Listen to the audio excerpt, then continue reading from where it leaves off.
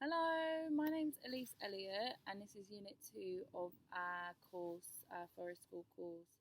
And today we were building natural temporary structures, and I have built mine, but unfortunately it didn't record for the second time in a row. So hopefully this will suffice.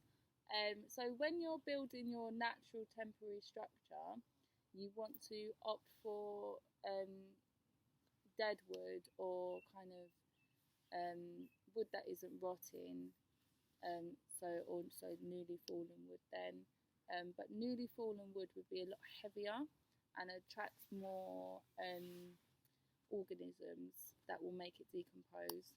So dead wood is good to select for building your natural temporary structure, but it can become quite fragile, so you want to collect the thicker pieces for the form of the structure. You want to select an area and a nice solid tree. So I've opted to put my temporary shelter up upon a hazel tree which is behind me because it has multiple poles, it's very strong and living, and it's got more than to lean up against, so I can kind of do a weaving action where it's less likely for the poles to fall if they're weaved through. You want to make sure that when you put your branches up against the tree, that the thicker side of the branch is at the base, at the bottom, and then weaving up. You want to remove any branches that are kind of sticking out unnecessarily into the natural shelter, which don't want to get cut or stabbed. You don't want to select trees that have a lot of thorns, but if that's all you have access to, or that's predominantly what is in your woodland, maybe try and put those on the outside, and then use some old grass, some straw, anything you can get your hands on to try and create a bit of a barrier there. And also it's great to make that kind of barrier as a windbreaker and to get more shelter. So I'll show you what I've done. If we step out, you can see I've weaved the top through multiple branches of the hazel. I actually found those two tyres roaming around in the back, so that makes a great seating area.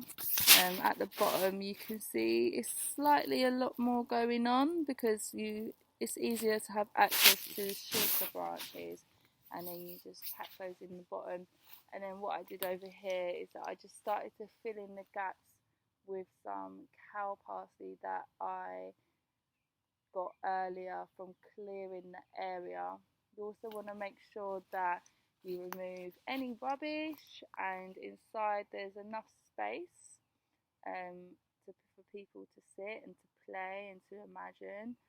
And you also want to go inside and check that nothing is sticking out, which is what we did, or nothing is likely to fall. And also what I do when I'm putting on my branches, I just give it a little push to see how secure it is. Oh, there you go. See, that's quite good, nice and bouncy. The cow parsley isn't so secure though. And I think that is everything. When you're working with your participants, you want to ensure that there's a lot of good communication going on, that there allows enough space when using the big branches to manoeuvre, and so the other children and participants standing back and just working together, cooperating, like talking, sharing ideas on where things should go. I quite liked this branch here with this arch. I thought that would make a nice doorway, and it will once it's done a little bit more. So unfortunately you didn't see it in action. I did attempt several times to do that, took it down, re-recorded it, but I give up with that. Okay, so that was Unit 2 of making a natural shelter out of hazel. Bye! please type your questions below. I was Ellese Elliott.